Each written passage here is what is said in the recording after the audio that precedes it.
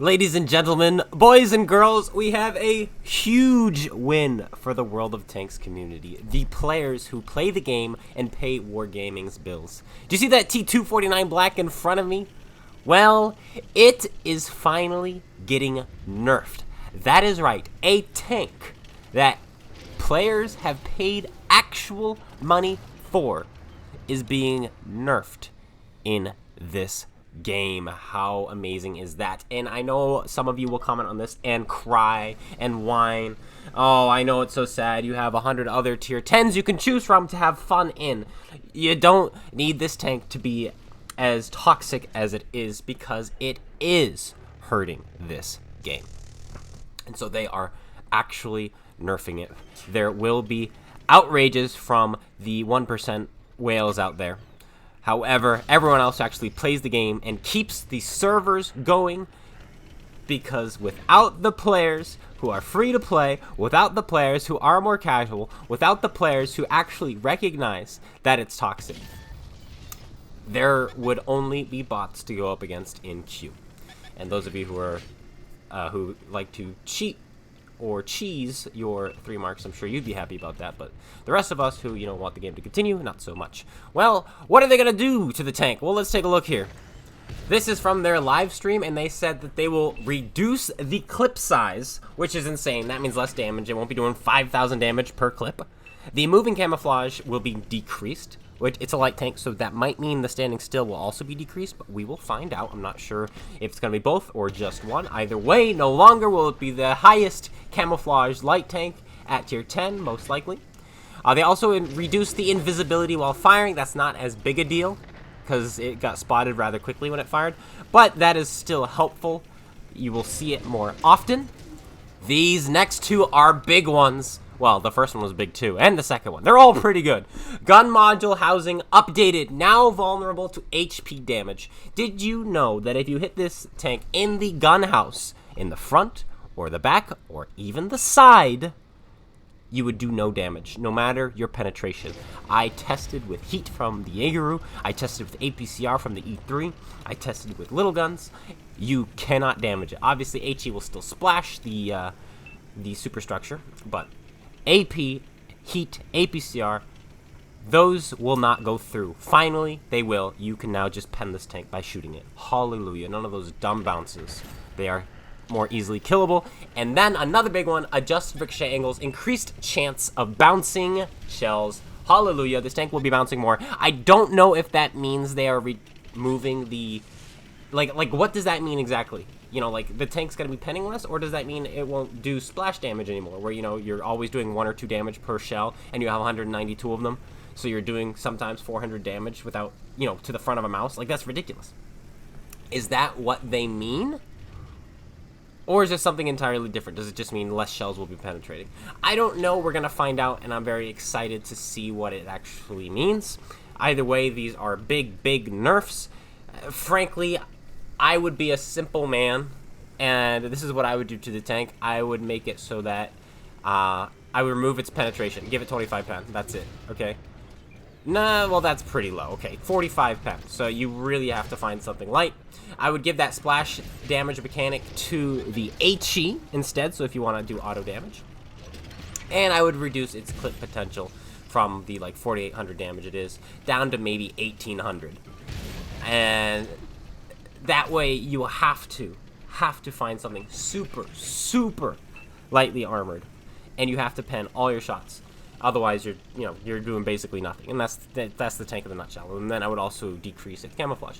A little simple than what they're doing. I think the tank is still gonna probably be overtuned, probably still be too good potentially, because that magazine is just a toxic feature in this game. Think about it, the ability to kill any tank you want in the blink of an eye. It will still have that same rapid fire. It will still have the same alpha damage, meaning if you're not if you're not paying attention, you can be paying perfect attention and it can just sneak up on you. And you could fire at another tank or fire your gun, and it's like, okay, you die now. And firing your gun is not a mistake. It is not a mistake in this game, but it is now. It will still do that to you because let's be real. It's still going to have 75 millimeters of penetration. It's going to see the back of a Minotaur, which is what I'm looking at right now, and it's just going to be like, oh, hello, a feast. And it will kill you. So there's that. However, this is a huge win. Wargaming actually conceding, Wargaming actually listening to the player base, Wargaming actually nerfing something that people paid for is absolutely huge. And so we are all for it. We are very, very excited about it. And I can't wait to see it being played less, because as it stands, it has only been out for a month and a half, 2 months maybe by now actually, and it has been played more than the EBR 105 and the WZ 1321. Combined. Those tanks have been out for years, especially the WZ. The WZ has been out for what, 6-7 years? And this Vigilante that's been out for 2 months has been played more than it. Yeah, that's crazy. But enough of the Vigilante. We have other things to talk about here on the channel. I'm sure a lot of you are going to be clicking off now, and I appreciate that. Thank you for coming in. Thank you for listening. And everyone else who wants to know what's going on, later today at 5 my time. So, wait a minute. I have it written down. I might be wrong. 6 p.m. Eastern Standard Time. It might be 5 p.m. I don't know which now. But later today, I'm going to be platooning up with, you guessed it, no you didn't guess it, but maybe you did, Sod Mad Having and Slap-a-Fish Jr. They both said they will be there, and we'll be playing for 2 to 3 hours. Very excited about that. That will be fun.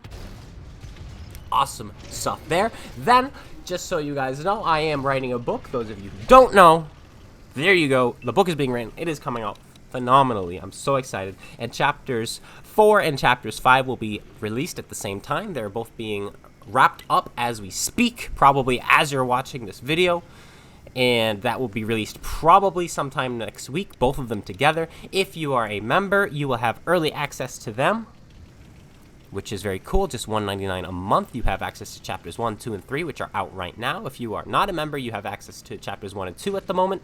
Chapter 3 will be released when chapters 4 and 5 are released to members. So, very cool stuff. To be a member, you get to beta read my book a little bit earlier. Of course, remember, these are first drafts, so I'm not expecting, well, shouldn't expect too much from them. And, well, that's about it on the channel. Well, not really. We have 1,200 more subscribers to go until we reach the magical 17,500 subscribers, in which case we will have a $500 giveaway on the channel. Now, giveaways have gotten a little more complicated because you can no longer just gift people who are on PlayStation tanks with the gold you have on your account. It's kind of sad. And because of that, I can't gift in-game goods to people on PlayStation. So instead, we're going to be using the Wargaming store, and we're going to be actually buying real items. Not pixel tanks. We're going to be giving away t-shirts, and we're going to be giving away medals, and we're going to be giving away dog tags, and we're going to be giving away hoodies and mugs and all sorts of other things that they have on their website to winners. You'll just have to join the Discord. There is a link in the description below. You can join now, but we are about to revamp that Discord, and right now it's kind of chaotic. So just keep that in mind. And we'll also be giving away my book, my published book that's currently out, the first iteration of what is going to be re-released, rewritten, republished, and re-released. You can read the iteration that's not as good, and I kind of rushed together, but I had a fun time, and it's got good reviews, and so we're like, huh, maybe I can actually do something with this, which is what we're going to be doing, and what we're working on. And so that's really cool, and I'm really, really excited about that. This $500 giveaway, $500 worth of merchandise given to the community, meaning, meaning we could give away 10 things for $50, basically. We're not going to be doing that. We're going to be giving away things for $10, giving away things for $15, giving away things for $25. So really, we're going to have a lot of winners, like 25, 30 winners. It's going to be really, really cool. So make sure you're here for that. Coming up probably in the next few months. Be part of that by subscribing today on the YouTube channel. And that is the end. That's the end of it. That's the news. That's the update on the channel. That's the great thing. Vigilante getting nerfed. Book is being written. Members get exclusive content. And a giveaway coming. If you subscribe to the channel today, we will get that $500 giveaway coming up as quickly as we can. just in time now for the climax of this battle. We took some damage falling, and our team was unable to capture the base. We're in a 3 versus 2, but that is going to change rather quickly. We could have been full health, which would have been very helpful. And you're going to see at the end of this game, it gets pretty dodgy. But I realize now our tank destroyer is a Waffenträger Panzer IV and not doing that well. And the IS-7 is also getting bum rushed, and the IS-7 goes down. It is now 2 versus 2, and I don't expect much from this Waffenträger. He's not put himself in a good position. However, our Stridsvagn has very good camouflage values, and so we're actually safe here until we fire. IS-7 has found the Waffenträger and misses. And so I'm just waiting for that Polish tank. That is what it is called in Polish. How it's spelled. Tonk, I think, is about how it's pronounced. And there he is. And so it's like, okay, well then I guess I'm going to have to go after this IS-7. But I'm still debating how I want to do that. Do I want to brawl him, or do I want to wait for him? Well, we've chosen the former. We're going to brawl versus an IS-7 with our Stridsvagn. Our DPM is absolutely insane, and we do have plates on our tank that he can bounce off of. However, if he auto-locks us, he'll shoot right into our gun, and it is only 40 millimeters there, and he's got a 130 millimeter gun. He will overmatch because of the triple caliber rule. If your gun caliber is 3 times the thickness of my armor, or somebody's armor, you will penetrate. Now, he was waiting for us somehow. I think he might have heard us knock something down. I don't know. But for some reason, he was turned around, ready for us. He tracks us, but we still have a repair kit. So we fix that, and we're like, okay, sir, we're going to put 1 shell into you. We are now a 1-shot for him. He is a 1-shot for us with a high roll. He bounces off. We do not bounce off of him. We penetrate him. And now we're going to beat his reload, and we finish him off. We're up to 6,200 damage, and now we've got to get out of here. The tank has killed our Waffenträger Panzer IV, and we find ourselves now in a 1 versus 1 against a tank with a 152 millimeter gun, meaning he can overmatch us basically anywhere except a very small 2 plates. Okay, we have a plate on the right of the gun and a plate on the left of the gun. One of them is 60 millimeters, one of them is 50. If he hits the 50, I believe he'll go through because I believe he has a 152. It might only be a 150 now I'm thinking about it. But either way, if we take a hit, he is probably going to kill us. If he is firing heat, however, hopefully our heat shield will block the shell. And that's what I'm hoping for. It's like, please be firing heat. There he is right there in front of us.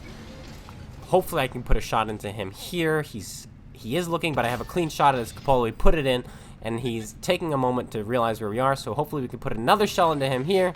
We do, and now we pull back. Nice! We're up to 6,900 damage, and he is a 2-shot for us. Not too shabby. What now shall we do to kill this man? We only have a minute and a half left. I'm trying to look for another shot on him. Do I want to poke from the same spot? I change my mind and I say, no, we're going to go from a different angle. I don't want to go where he's already looking, especially considering he will probably overmatch us. I'm betting a 90% chance he's just going to kill us if he hits us. That's basically what's going through my mind. There is a chance that we can take a hit. And if worse comes to worse, we may have to risk it. However, that should only happen if we let the timer get low. So we want to find him now and engage on our terms. However, he has ducked away and has moved rather quickly, and I wasn't expecting that, and we're down to 55 more seconds. The time is ticking, and he is a 2-shot for us. We are a 1 for him. Where is he going to be? 40 more seconds left. Uh-oh. I don't know where he is. He doesn't know where I am. We're looking for each other. You know, he might have actually just made a beeline toward me, and I missed him. And that's something I'm also considering. Like, that was me looking to my left. Like, actually, that's where I was. What if he went up there? And that's why I checked there twice, and I'm hoping maybe he's defending his cap circle. Maybe he's on the other side of this ridge. He was looking for us. We were looking for him. We spot him. He can't see us. I'm going to put a shell in. Come on, fuel tank. No fuel tank hit. He's going to turn, and he's going to be able to put 1 shell into us. He does. It's HE, and it splashes us. We have to aim up this last shot, fire it off, and we finish him before the timer ticks down to 0. And we finish him off, picking up the victory in the Stridsvagn. 103 B4 kills, 1,800 base XP, 7,400 damage done. And we managed to pull off the victory.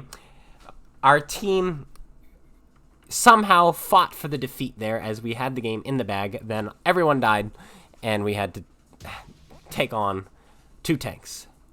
basically by ourselves, and we managed to do just that in this clutch game in the Stritzfang. Anyway, that's it. I hope you guys enjoyed. If you did, slap that like button, comment, and of course, subscribe. And if you comment, that will help the algorithm. If you like or dislike the video, that will also help the algorithm. Any kind of engagement, super helpful. And so, I appreciate that. That's it. Take care. I'll see you all later. Peace out.